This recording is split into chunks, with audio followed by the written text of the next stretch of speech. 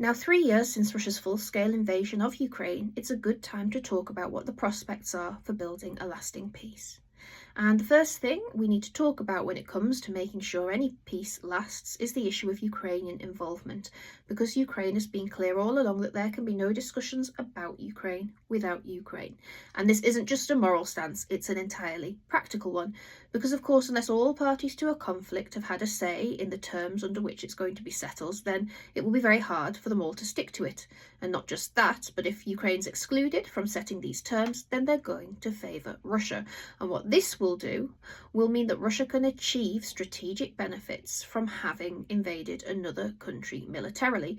This sets a terrible precedent, which means it's far more likely that similar strategic calculations will be made in future.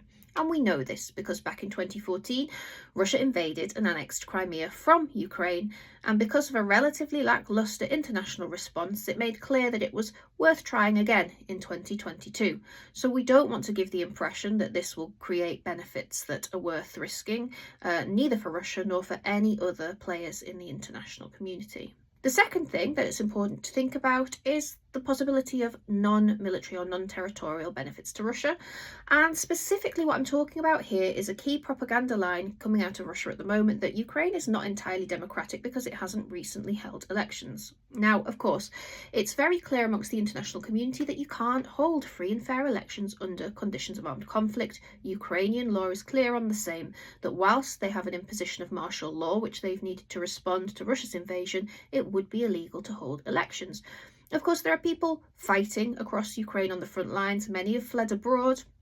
Others are living under military occupation of Russia. So, of course, no free or fair election could take place under these conditions.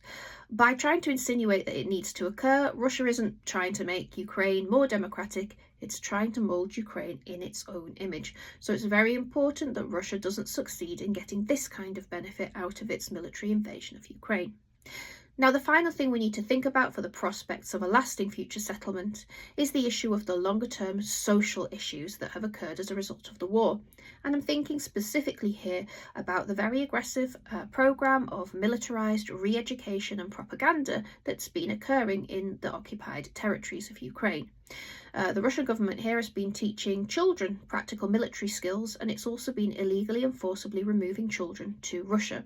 What it's doing here is setting up the ideological conditions for a continuation of this conflict amongst future generations, and this could have a real impact on the potential for a lasting peaceful settlement to this war.